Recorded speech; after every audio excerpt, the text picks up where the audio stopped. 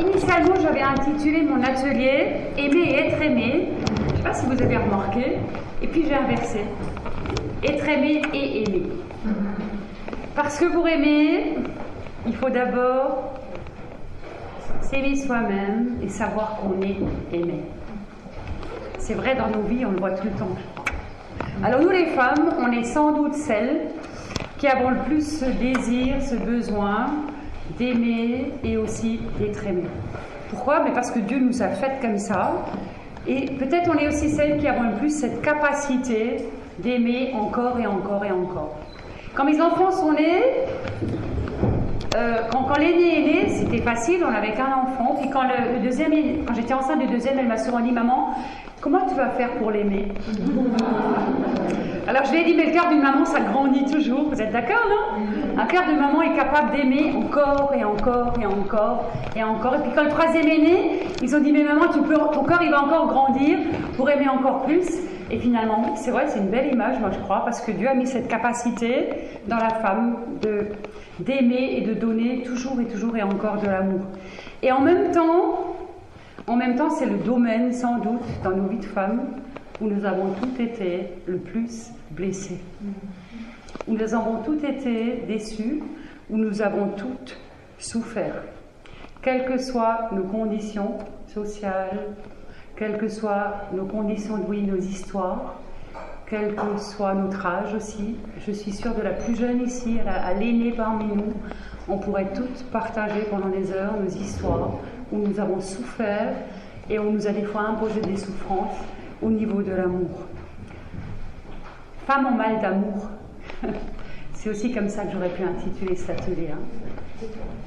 Parce qu'on a tous ce désir profond dans nos cœurs d'être aimé, d'aimer, de pouvoir aimer davantage. Alors pourquoi c'est tellement difficile? On peut donner plein de raisons. Moi j'aimerais qu'on retourne à la source. Dans la Genèse, il y a un passage qui est difficile. On n'aime pas trop l'entendre. Mais dans ce qui s'est passé après le jardin d'Éden, je ne vais pas vous rappeler l'histoire, tout le monde la connaît. Si le serpent s'est adressé à Ève, c'était pas pour rien. C'est parce qu'il savait que Dieu l'avait créé avec cette sensibilité particulière. Il n'a pas essayé de séduire Adam, il a séduit Ève à cause de la sensibilité que Dieu lui a donnée. Et suite à ce qui s'est passé dans le jardin d'Éden, à la chute, Dieu va prononcer 3 malédictions. Et une des malédictions que Dieu prononce, c'est sur la femme. On n'aime pas prêcher sur ces choses-là parce qu'elles ne sont pas faciles à entendre. Et en même temps, je crois que c'est important qu'on en parle un tout petit peu. Je rendrai tes grossesses pénibles. Bienvenue au club. Qui a accouché ici? J'espère qu'il n'y a pas de femmes enceintes qui n'ont jamais accouché, sinon vous allez avoir peur. On survit, on est toutes là. Je rendrai tes grossesses pénibles, tu enfanteras dans la douleur. Toutes celles qui ont enfanté à peu près savent ce que c'est. Ton désir te portera vers ton mari. Ça, c'est la deuxième malédiction que Dieu prononce. Et il te dominera. Ça, c'est la troisième. Et dans cette malédiction de Dieu, je crois, se trouve toute l'origine de notre souffrance, de nos cœurs de femmes. Ton désir te portera vers ton mari, mais lui te dominera. Quand on réfléchit, ça voudrait dire que dans le plan initial de Dieu, le désir de la femme d'être aimée n'était pas porté vers le mari. Mais il était centré sur Dieu, et c'est cet amour parfait que Dieu donne. Et c'est qu'à partir de la chute que ça a été décentré et que le désir de la femme est parti, alors vers son mari, pas à l'encontre, mais vers son mari. Et ce qu'elle a reçu en échange, la malédiction, la parole de Dieu est claire, elle le dit, mais il te dominera. Et les deux, de vis-à-vis qu'ils étaient au départ, en complémentarité parfaite, sont devenus finalement des vis-à-vis qui se sont opposés. On pourrait en dire beaucoup. Je pense que quand je dis des choses comme ça, dans la tête de certaines d'entre nous, dans le cœur plutôt, ça fait appel à beaucoup de choses. Alors quand on réfléchit à la femme aujourd'hui, franchement, si je vous demandais quel est le désir de chaque femme, je pense qu'on serait toutes d'accord pour dire, c'est d'être aimé. C'est juste d'être aimé. Toute femme normalement constituée sur cette terre, elle a le désir d'être aimée. C'est dans nos cœurs depuis que nous sommes des petites filles. Hein. On a toutes lu des contes de princes charmants. On nous en a raconté. On en a raconté à nos enfants. Et le rêve de la princesse, c'est d'être aimée par le prince charmant. C'est vrai, non? C'est dans le cœur de chacune. Et qu'est-ce qu'elle reçoit en retour? Moi, j'ai trouvé le prince charmant. Mais toi aussi, j'espère beaucoup ici. Qui peut dire qu'elle a trouvé le prince charmant? Bénissez vos maris, mesdames. Bénissez vos maris. Pardon? Ah, ben oui. Je suis d'accord aussi. Moi, j'en ai deux alors. Mais qu'est-ce que la femme a reçu en retour? En général, c'est toujours un amour imparfait, incomplet, mêlé parfois de la domination, comme la parole le dit. Et qu'est-ce que ça a généré dans le cœur de la femme? Des souffrances, des déceptions, on en a parlé ce matin, beaucoup d'incompréhension, un manque d'amour croissant, parce que quand notre besoin d'être aimé n'est pas satisfait, qu'est-ce qui se passe? Le besoin augmente. Moins je suis aimée, plus le besoin d'amour augmente, et plus le besoin augmente, plus le fossé se creuse finalement, et personne ne peut le combler. Et ça va parfois, dans la vie de certaines femmes, d'entre nous, ça va jusqu'à... Il y a un mélange de colère, de déception, ça peut amener de la dépression, ça amène de la fragilité dans la vie de certaines femmes, ça peut même amener de la stérilité dans la vie de certaines femmes, et beaucoup d'autres choses tellement violentes dont nous souffrons et auxquelles nous sommes des fois confrontés. Alors comment est-ce qu'on peut sortir de cette malédiction? Parce que c'est quand même Dieu qui l'a prononcé. Hein. La parole de Dieu, elle nous donne une bonne nouvelle, c'est que Jésus-Christ a porté nos malédictions sur la croix. La couronne d'épines, c'est dit dans l'Épître aux Galates. La couronne d'épines qui a été posée sur la tête du Christ, qui lui a été enfoncée sur la tête avant sa mort. Galates 3, verset 13. Christ a porté nos malédictions, il a été maudit à la croix, et nous pouvons être en Jésus-Christ débarrassés de toutes ces malédictions pour toujours. Ça, c'est la première bonne nouvelle. J'ai envie de vous dire cet après-midi. Et c'est quelque chose qu'il nous faut saisir par la foi, et pourquoi il va falloir nous battre et nous positionner encore pour que nous puissions recevoir de plus en plus ce qui a été acquis par Jésus à la croix. C'est acquis, c'est fait, c'est accompli pleinement, mais il faut qu'on rentre dedans. Et c'est un combat pour y rentrer, parce que l'ennemi de nos âmes fera tout pour nous empêcher d'entrer dans ce qui est notre héritage. Mais c'est notre héritage en Christ. Et ça veut dire aussi que nous devons absolument détourner nos regards et nos attentes de qui? Des hommes dont nous avons tellement attendu d'être aimés. Et nous avons besoin de recentrer nos regards sur la croix. C'est là où tout a été accompli, et c'est que là que nous pouvons recevoir cet amour-là.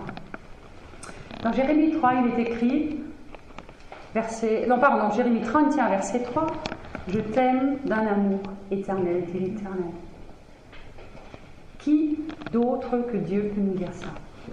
Personne. Aucun homme. Je sais, j'ai l'assurance absolue que mon mari m'aime, et j'en suis reconnaissante. Et je sais, je crois qu'il m'aimera toujours. Mais jamais mon mari pourra me dire « je t'aime d'un amour éternel », ni d'un amour parfait. Aucun être humain sur cette terre ne peut nous donner ça et ne peut nous le donner pour l'éternité. Et à travers aucun être humain non plus, nos besoins en amour ne seront jamais satisfaits. Pourquoi c'est tellement compliqué? C'est Dieu qui nous a faites de cette manière-là. C'est lui qui est notre créateur, c'est lui seul qui connaît nos cœurs de femmes, c'est lui seul parce qu'il les a créés, et il nous a créés chacune telle que nous sommes, et c'est lui aussi seul qui, sur mesure, peut combler nos besoins d'amour parce qu'il nous connaît parfaitement. Il est le seul. Je comprends nos hommes, et ça a été évolué ce matin, évoqué ce matin, quand ils sont des fois désespérés de ne pas nous comprendre. C'est compliqué. Et même s'ils font tous les efforts du monde, ils ne pourront jamais répondre à nos besoins d'amour. Et c'est important que nous le comprenions pour que nous recentrions nos regards sur Jésus, mais c'est important, tu as le droit d'entendre Jonathan, pour nous les femmes, qu'on ait le courage de le dire à nos maris. Parce qu'ils font des fois tous les efforts du monde pour nous aimer, Mettez-vous à leur place. Ils donnent tout ce qu'ils peuvent, le meilleur, et on n'est pas satisfait. Parce qu'on ne peut pas l'être à travers ce qu'eux nous donnent. On peut seulement l'être à travers ce que Dieu nous donne en Jésus-Christ.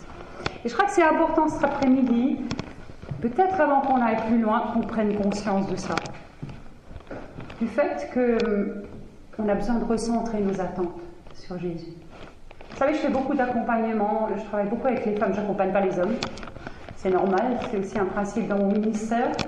Mais combien de femmes attendent et espèrent toujours encore de recevoir de la part des hommes cet amour auquel elles aspirent tant.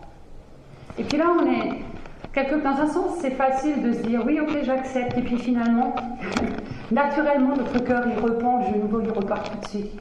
Et je crois que c'est important de se mettre juste un moment devant le Seigneur, peut-être cet après-midi, avant d'aller plus loin tout de suite, de dire Seigneur, ok, j'accepte ce que tu me dis et je veux renoncer à être aimé de cette manière-là. Je n'ai pas dit à avoir quelqu'un, je ne peux pas dire ce que je n'ai pas dit. Mais je veux renoncer, d'avoir cette attente-là aussi démesurée, décentrée, d'être aimé par les hommes, par un homme dans ma vie, parce qu'il n'y a que toi qui peux me donner cet amour-là. Et pour faire cette démarche-là, je crois qu'il faut d'abord qu'on reconnaisse. Reconnaisse qu'on s'est trompé, reconnaisse qu'on a projeté sur l'autre des attentes qui étaient fausses. Sur nos maris, mais quand le mari ne satisfait pas mes besoins, ça va au-delà, hein. Je les projette encore sur d'autres. Je les projette sur mon pasteur. Je pourrais vous en raconter, hein. Même en tant que femme pasteur. Combien de fois, ou combien de personnes ne sont pas déçues parce qu'elles attendent de leur pasteur aussi. Ce qu'il ne peut pas leur donner, il n'y a que Dieu qui peut le donner. Puis je l'attends de mes enfants, on en a parlé ce matin un tout petit peu. Puis je l'attends de mes amis autour de moi, puis de mon entourage, puis de mes collègues de travail, puis de qui sais-je encore. Et je suis toujours déçue. Reconnaître que je me suis trompée. Ça veut dire, Seigneur, pardonne-moi. Pardonne-moi, Dieu est bon, il nous pardonne. Et ça, c'est le premier pas que nous devons faire. Reconnaître, Seigneur, je me suis trompée. Et après, Seigneur, je veux renoncer, aide-moi. Viens effacer là-dedans, là, hein, dans la boîte à poux. Patrick dit la boîte à poux. Effacer là-dedans ce qui a été programmé tellement, ce qui n'est pas juste, mes attentes qui sont fausses, pour que je puisse lâcher l'autre. Je voudrais vous inviter juste à fermer les yeux un instant. Quand je parle de ces choses-là, je suis sûre que vous pensez à des personnes de qui vous avez attendu des choses. Et vous avez été déçus. Et j'aimerais vous demander maintenant, devant le Seigneur, devant la croix aussi, si vous êtes d'accord, que vous lâchiez ces personnes. Que vous les lâchiez, que vous renonciez aux attentes que vous avez mises sur ces personnes. Et j'aimerais vous rassurer, et j'aimerais vous dire que vous n'allez rien perdre. Vous n'allez rien perdre, vous avez tout à gagner.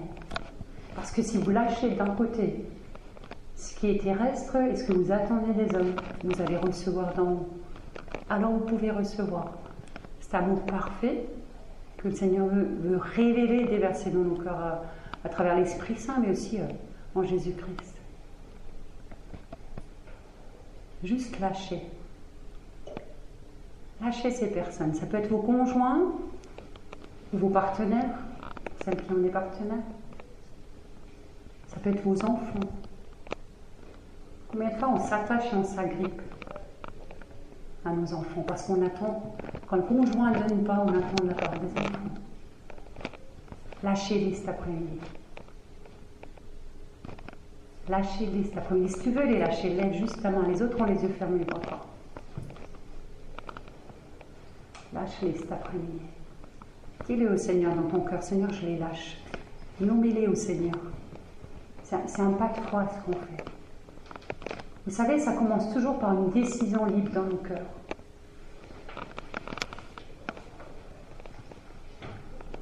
Seigneur, il voit que vous m'attendez.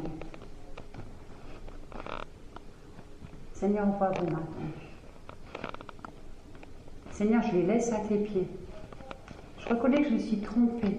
Je sais que tu me pardonnes parce que tu es un Père qui est bon. Et je les laisse à tes pieds maintenant. Et je les abandonne à tes pieds, Seigneur, et j'abandonne aussi, en les mettant devant toi, j'abandonne aussi mes attentes.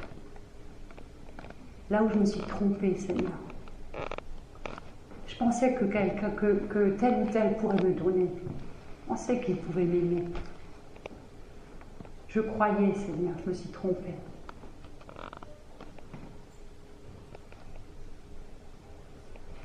Je les lâchais. Merci, Seigneur, pour ce que tu es en train de faire.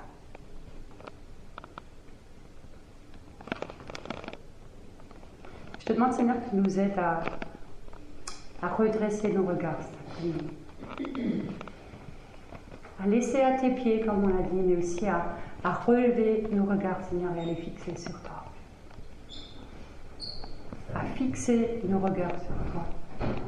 Je te demande, Seigneur, que pour nous toutes, pour toutes celles qui ont levé leurs mains, que par ton Esprit Saint, tu viennes nous renouveler dans notre intelligence. Si on te demande, Saint-Esprit, d'effacer dans nos conceptions ce qui est faux, ce qui n'est pas conforme à la parole. Nous avons aussi besoin que tu viennes nous renouveler dans notre intelligence, conformément à l'Écriture, pour que nous puissions centrer encore et encore nos regards sur Jésus. Nous puissions centrer nos regards sur Jésus. Merci Saint-Esprit de ce travail en train de passer parmi nous et tout travail dans nos cœurs cet après-midi.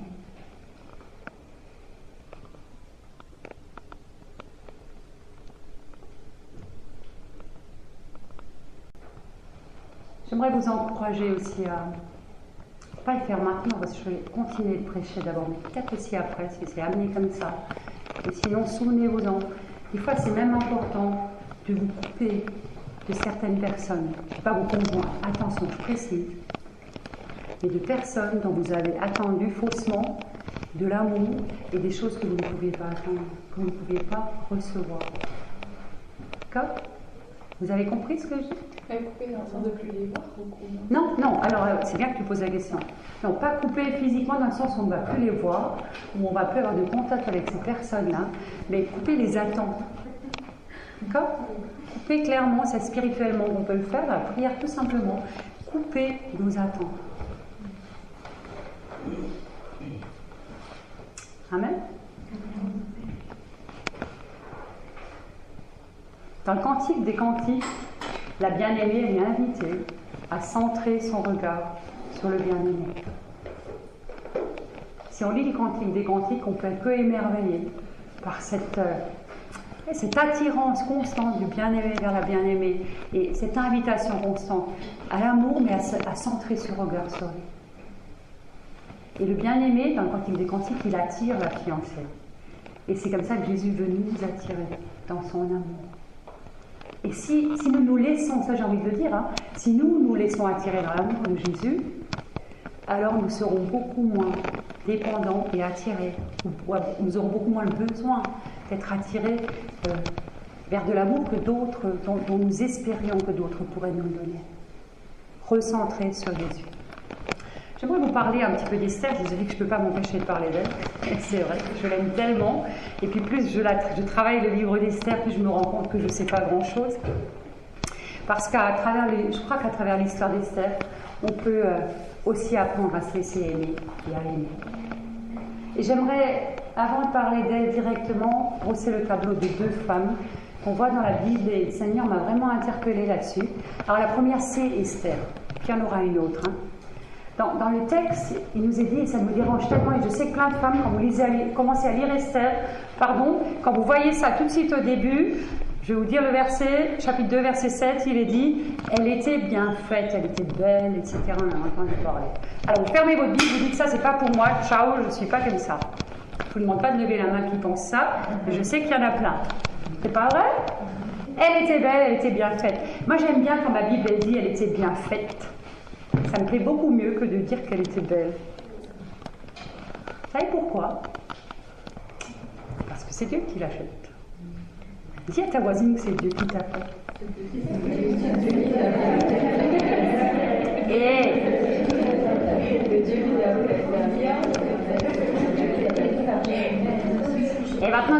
voisine, il t'a bien fait.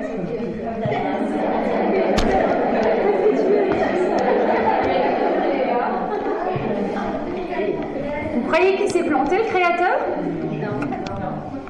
Vous croyez qu'il s'est trompé et qu'il a fait des faux mélanges, là, quand il vous a façonné? Non! Elle était bien faite. Et on pourrait mettre notre nom à chacune. Ok? Ça change, hein, de elle était belle. Parce que dans... Ouais, c'est l'école à côté, c'est pas grave.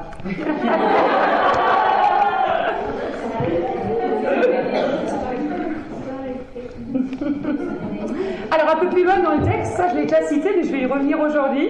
On nous dit aussi, quand elle est arrivée dans la maison des femmes, hein, Esther, que l'eunuque du roi, ce cher Égaï dont j'ai parlé un tout petit peu, qui me plaît tellement, au verset 9, il est dit, la jeune fille lui plut et elle trouva grâce devant lui.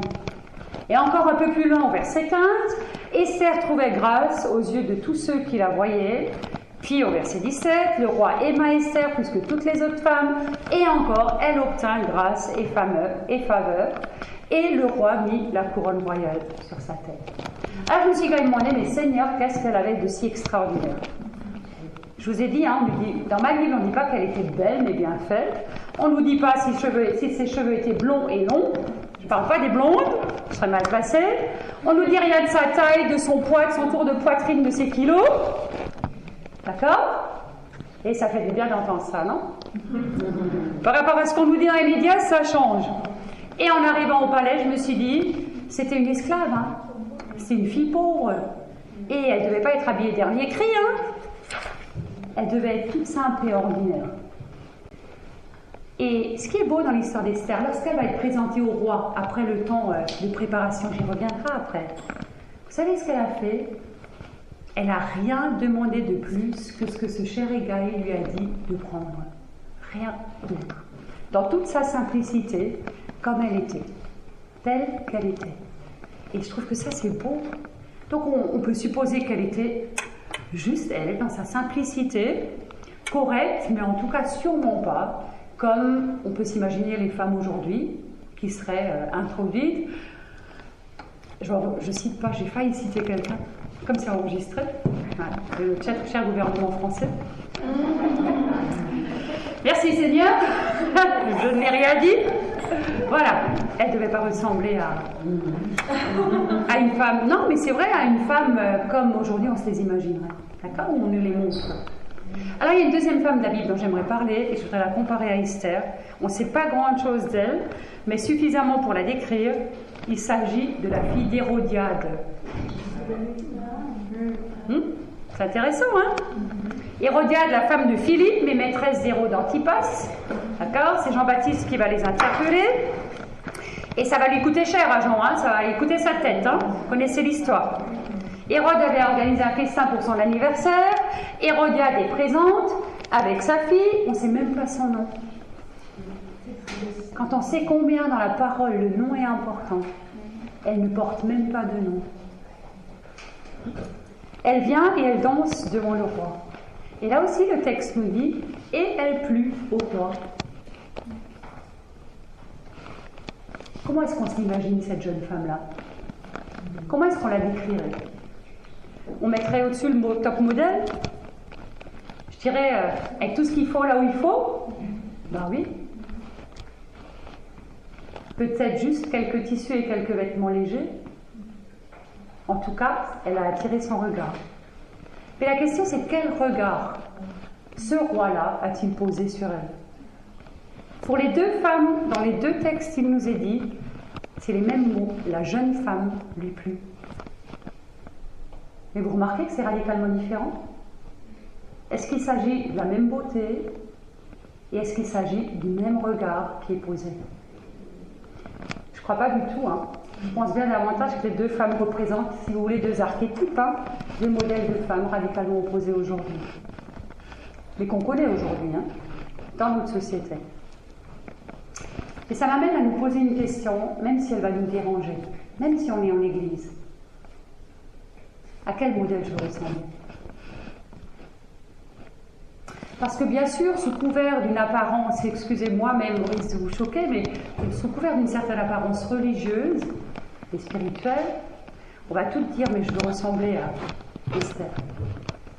Mais finalement, dans mon cœur profond, à quelle femme je désire ressembler? Je vais vous raconter un exemple. J'accompagne une femme, et puis elle a tout ce qu'il faut là où il faut. C'est ça que souvent on entend dire. Puis un jour, elle m'a dit, parce qu'elle a une poitrine imposante, elle met toujours des décolletés. Des décolletés dérangeants même. Hein. Ça dérange les femmes, hein. Les hommes, je ne parle pas des décolletés des femmes avec les hommes, donc je ne sais pas. Eux, ça les dérange peut-être pas, mais... Puis un jour, elle m'a dit, je montre ce que j'ai là pour que les hommes ne regardent pas mes fesses. Oui, ça vous choque, je sais, je le dis exprès, mais c'est pour vous dire, mais à quelle femme je veux ressembler? Parce qu'on se ment à soi-même. Et on se trompe des fois soi-même. Ça vous choque ce que je dis, mais mettons-le devant le Saint-Esprit. C'est sûrement pas pour chacune d'entre nous. Mais laissons-nous juste interpeller par le Seigneur. À quel modèle je veux ressembler?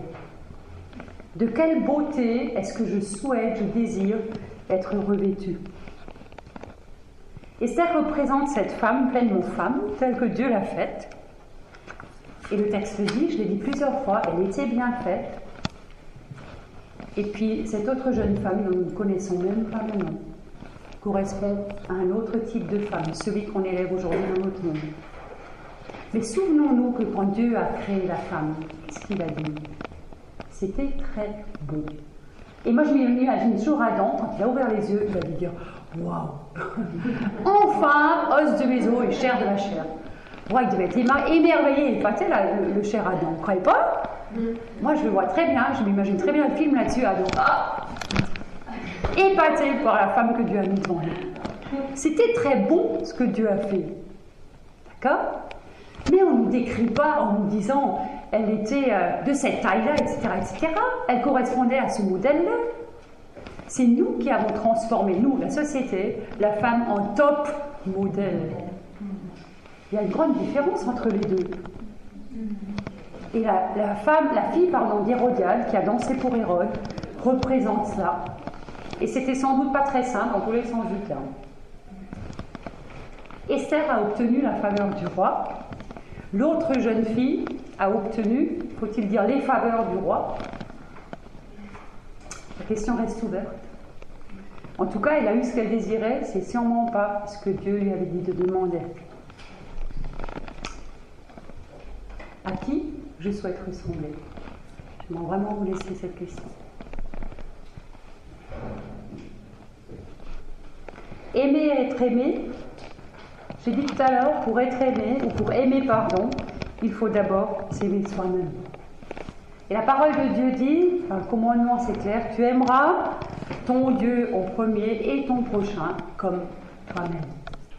Et en fait, ça nous pose cette question, comment est-ce que je me considère? Est-ce que je reconnais simplement qui je suis? Parce que Dieu, lui, il a beaucoup de considération pour nous. Dieu a beaucoup de considération pour toi, pour chacune. Je te loue car je suis une créature merveilleuse. C'est la recette que je donne, c'est l'ordonnance que je donne à plein de femmes avec qui je travaille. 3 fois par jour devant le miroir, je te loue car je suis une créature merveilleuse. Vous savez quoi? Toute nue.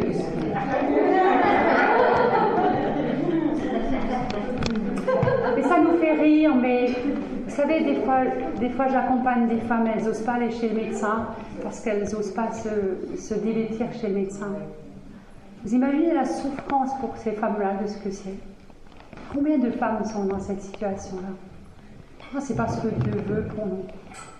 Dieu veut qu'on soit réconciliés avec nous-mêmes, avec tout ce qu'on est, avec nos corps comme ils sont. Dieu, il désire tellement ça pour nous. Parce que lui, quand il nous regarde, il a la considération pour nous. Dis-le à ta voisine. Quand Dieu te regarde, il a du plaisir en toi. Dis-le à ta voisine.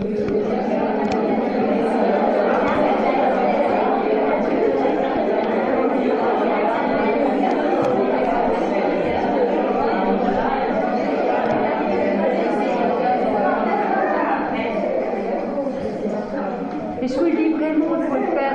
Quand je vous demande de le faire, c'est pas pour faire passer le temps. vraiment, hein, c'est vraiment que vous puissiez recevoir la parole que l'autre prononce sur vous.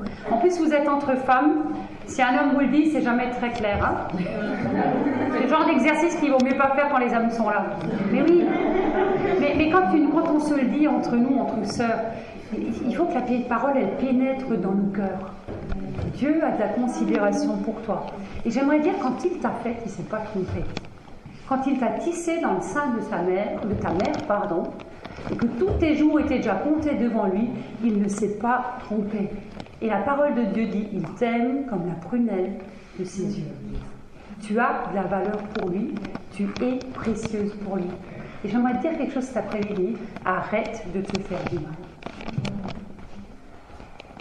Arrête de te faire du mal. Arrête de te dénigrer, de te déconsidérer. Combien de fois, nous les femmes, nous prononçons sur nos vies, sur nos corps, sur nos caractères, sur tout ce que nous sommes, des paroles de malédiction. Ce n'est pas tellement les autres qui les prononcent, c'est nous-mêmes qui les prononçons. Je suis nulle, je ne vaux rien, je suis moche, je suis trop grosse, je suis trop ci, je suis trop ça.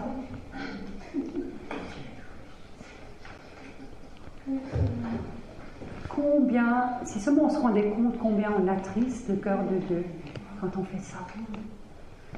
Vous vous rendez compte? Mais si on se mettait à la place de Dieu un instant, Dieu il te voit et puis il est épaté par toi pour te Dieu le dire. C'est lui qui t'a fait, il dit mais non, je suis nul, moi je suis nul, Vous vous rendez compte? Si vous étiez Dieu, ça transperce chaque fois le cœur du Seigneur. Chaque fois que nous nous déconsidérons.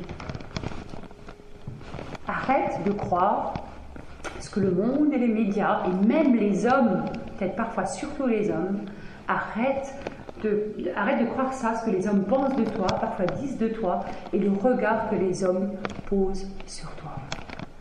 Je sais qu'il y a des femmes, le Seigneur me l'a montré, il y a des femmes ici qui n'ont pas été épargnées par les regards qui ont été posés sur toi. Et des regards d'hommes qui ont été posés sur toi, ils t'ont fait des fois beaucoup de mal. Recentrer nos regards sur Jésus, je l'ai dit au départ.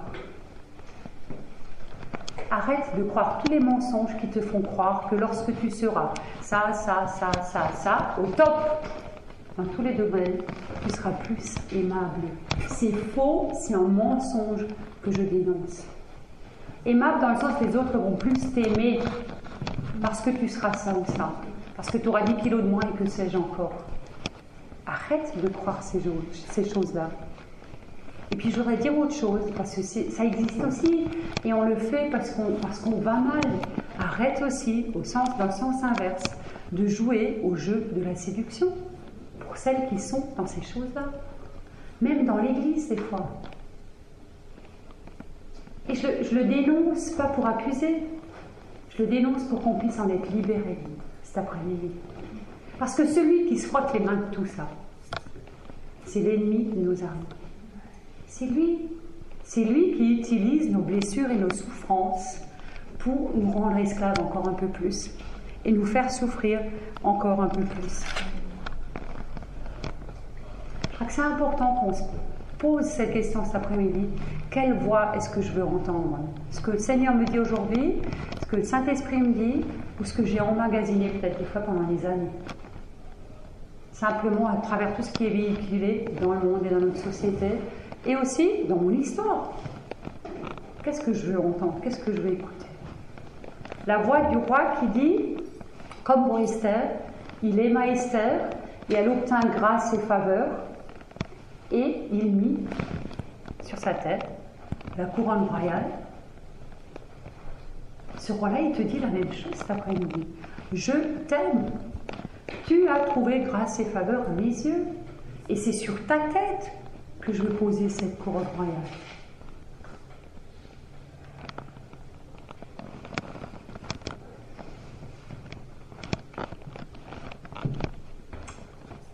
Est-ce que tu es d'accord d'entendre cette parole de la part du roi des rois aujourd'hui? Je vous ai dit, l'histoire d'Esther, c'est une histoire prophétique pour nous. Elle parle à nos vies aujourd'hui. Dieu parle à travers l'histoire d'Esther à nos cœurs de femmes. Je l'ai dit le premier soir parce qu'il veut rétablir notre identité telle qu'il nous a créée, telle qu'il nous a conçue dans son cœur. Avant même qu'il nous ait fait, il avait un projet qui était merveilleux et parfait pour les femmes. est-ce que nous aimerions, est-ce que nous permettrons au roi des rois de nous parler de cette manière-là? Je t'aime, tu as obtenu grâce et faveur de ma part. Et je désire mettre cette couronne royale sur ta tête. Alors j'aimerais vous parler un tout petit peu, avant de terminer, du traitement qu'Esther a subi, guillemets, quand elle est arrivée dans la maison des femmes, ou dans le harem du roi, on peut dire comme on veut.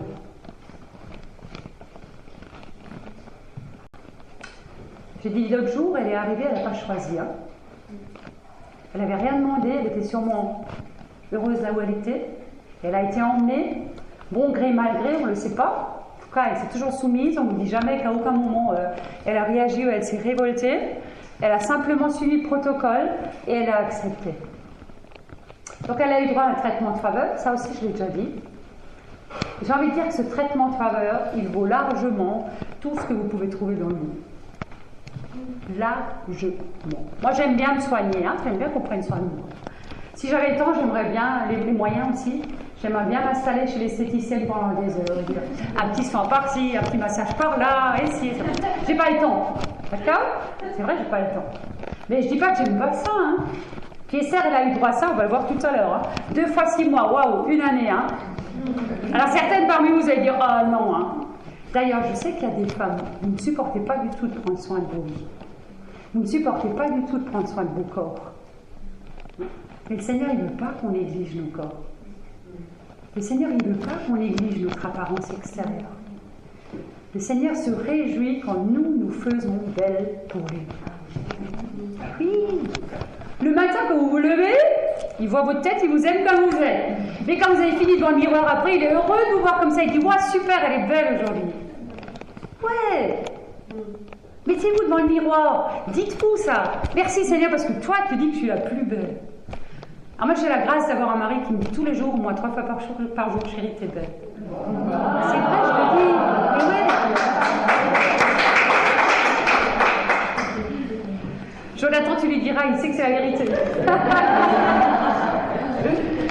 Mais c'est vrai, c'est une grâce. Et je suis contente, c'est pour ça que je le dis. Parce que je crois qu'il faut qu'on parle aussi en bénédiction de nos maris. Mais je ne le dis pas pour vous rendre jaloux, s'il vous plaît. Je sais que tout le monde n'a pas cette grâce-là. Mais mettez-vous devant le miroir et dites-vous, merci Seigneur, parce que toi, tu dis aujourd'hui, je suis super pour toi. Je te plais, tu as du plaisir à me voir comme ça. C'est important de prendre soin de nous-mêmes. C'est important. Donc Esther, 12 mois, que du bonheur. Juste encore vous dire, j'étais chez l'esthéticienne il n'y a pas longtemps. J'y vais. Tu l'as discuté? C'est une fille qui est chrétienne. Ouais, parce que j'ai un ami qui dit quand il y a de la forêt vierge qui pousse partout, c'est pas joli. Donc je vais chez l'esthéticienne à cause de ça. Bah ouais. Donc je discute avec l'esthéticienne qui est chrétienne, qui me partage sa vie en même temps. Et puis elle me dit le matin, elle se lève à 5 heures parce qu'elle passe 1h30 dans sa salle de bain. Je dis, moi je passe entre 1h et 1h30 tous les matins dans ma salle de bain spirituelle en présence de Dieu. Ça me fait un bien. Après je passe un quart d'heure dans ma salle de bain. Mais finalement, ça va, ça suffit. J'y arrive. Donc vous voyez, elle est sûrement mieux pomponnée que moi, c'est clair. Mais moi ça me va bien comme ça. C'est important. À quoi est-ce que nous consacrons du temps? Quelles sont nos priorités? Parce que le Seigneur nous transforme de gloire en gloire. Et sa présence, elle nous transforme même notre apparence. Moi, je connais des femmes, et des hommes aussi, les visages ont été transformés de gloire en gloire. Les visages rayonnent maintenant la joie, la beauté et l'amour du Seigneur. Et c'est le meilleur lifting qui existe. Je vous promets, et c'est pas cher, c'est tout gratuit. Ça coûte rien, mais c'est vrai.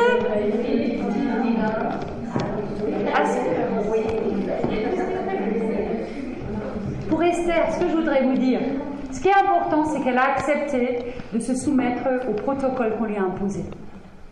Parce que vous aurez toujours le choix d'accepter ce que Dieu va vous proposer ou de le refuser. Et c'est votre libre décision. Ça, c'est la première chose. Et les 12 mois qu'elle a passés, pour moi, c'est un traitement prophétique. Certaines, vous m'avez déjà entendu parler de ça. Et ça fait rien.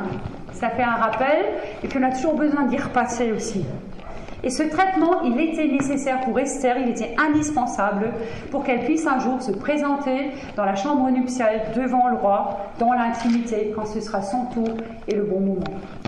Alors d'abord 6 mois dans un bain d'huile de myrrhe.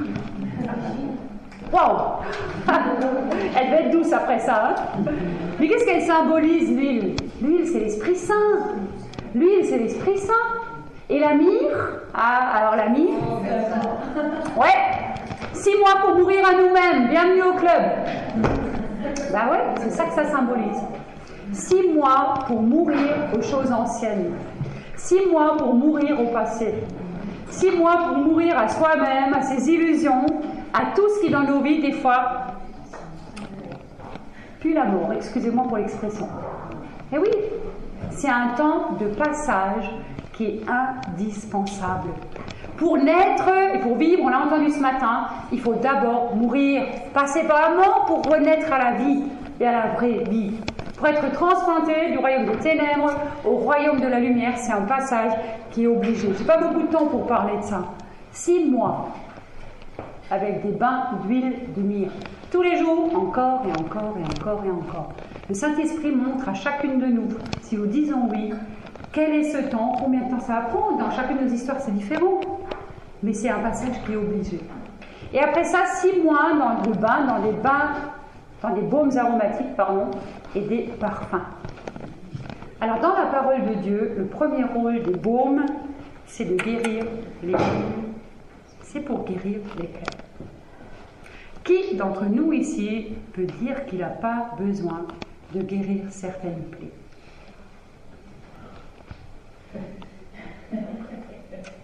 Moi j'aimerais bien à la fin d'une journée dire Seigneur, aujourd'hui j'ai pris aucune baffe, j'ai pas besoin de guérison.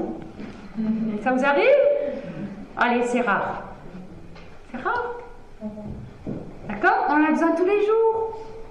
Tous les jours. Et puis si ça n'a jamais été fait, ben disons qu'on a accumulé quelques blessures. Hein? Parfois même beaucoup. Pour quelques-uns, c'est un peu plus important que pour d'autres. Donc 6 mois dans les baumes pour pouvoir prendre le temps de se laisser imbiber par ces baumes. Dans la parole, il est question du baume de Galaad, hein, en Jérémie 8, verset 22. Le baume de Galaad, c'est Dieu qui en parle, dit, mais y a-t-il pas de baume en Galaad pour guérir mon peuple? Un traitement en profondeur pour que les blessures puissent guérir et cicatriser parfaitement. Parce que toute blessure qui n'est pas guérie, qu'est-ce qui va se passer? Le lendemain, un nouveau coup, pof, non seulement elle se rouvre, mais elle va surinfecter. Vous savez qu'on peut mourir de septicémie? On peut aussi mourir de septicémie spirituelle. Bah oui. Mourir dans notre âme, hein, et spirituellement aussi, quand on n'entreprend rien. Donc c'est une image, ces baumes, pour symboliser la guérison de nos cœurs. En Ésaïe 1, verset 6, Dieu dit de son peuple, « Tout n'est que blessure, plaie et contusion. » Et des fois, quand Dieu regarde nos vies de femmes, des hommes aussi, mais on est entre femmes ici, je pense que c'est ce qu'il doit se dire avec beaucoup de tristesse, parce que Dieu ne veut pas, Dieu nous aime trop pour nous laisser comme ça. Dieu nous aime trop pour accepter de se contenter de ce que nous sommes aujourd'hui, mais à cause de son amour, il veut embellir et guérir nos vies. Parce que Dieu nous aime tellement. Et surtout aussi parce que plus nous allons souffrir et encaisser des coups et des blessures, plus nous allons nous renfermer. Ça, nous les femmes, nous savons bien ce que ça veut dire. Lorsque nous sommes en carence d'amour, on se ferme comme une coquille. C'est vrai? Combien de femmes, peut-être parmi nous aujourd'hui, vous vous êtes fermées aussi à l'amour, aussi physique, que vos maris souhaitent vous donner et que vos maris sont en droit d'attendre de vous?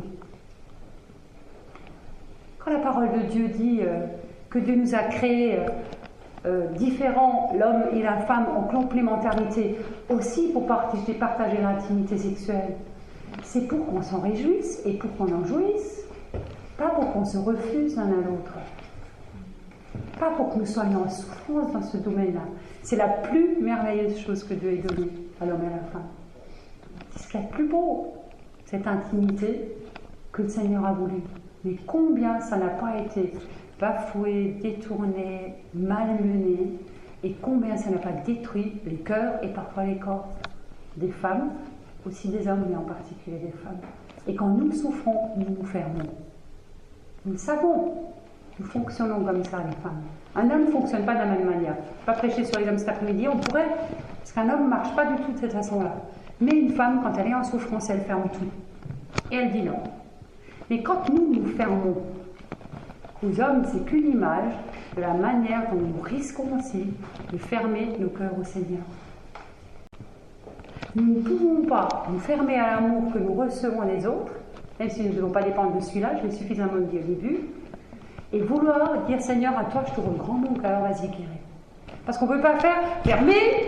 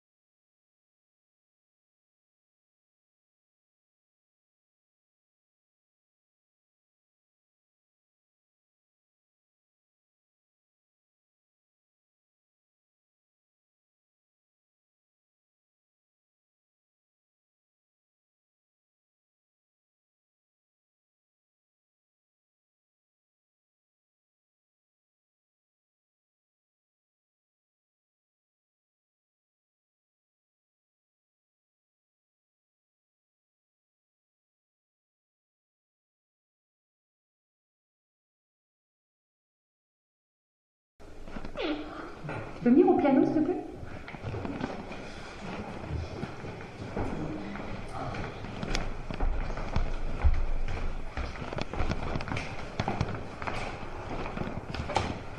Qui aimerait être présenté au roi de cette manière? Qui est-ce qui aimerait être ainsi aimé du roi comme Esther l'a été? Qui ici voudrait recevoir de la même manière cette grâce et cette faveur du roi? Être revêtu des vêtements royaux et recevoir cette couronne royale. J'ai préparé des couronnes. J'aimerais qu'on puisse vous revêtir. Vous ne pourrez pas les emmener, j'en ai pas assez pour tout le monde. Hein. Je les ai fabriquées moi-même, enfin il y a des sœurs qui m'ont aidé à les préparer. Et j'aimerais que les équipières de prière vous veniez m'aider. Je ne peux pas le faire toute seule. Peut-être qu'ils sont là. J'ai besoin de vous là. T'as pas d'équipière? Venez, je vais enlever mon pupitre. Les femmes, j'aimerais vous encourager cet après-midi. J'aimerais vous encourager à venir vous présenter devant le roi des rois. J'aimerais vous encourager à accepter que quand vous venez vous présenter, il vous revête de ce vêtement royal et qu'il vous mette sur votre tête la couronne royale. Et j'aimerais que les femmes prient pour vous, celles qui sont désignées. Peut-être si elles ne sont pas assez nombreuses, vous pouvez venir nous aider, les intercesseuses éventuellement, s'il le faut. Venez et laissez le roi proclamer sur vos vies sa faveur et son amour. Acceptez que le roi des rois vous positionne cet après-midi et vous établisse comme sa reine et sa bien-aimée.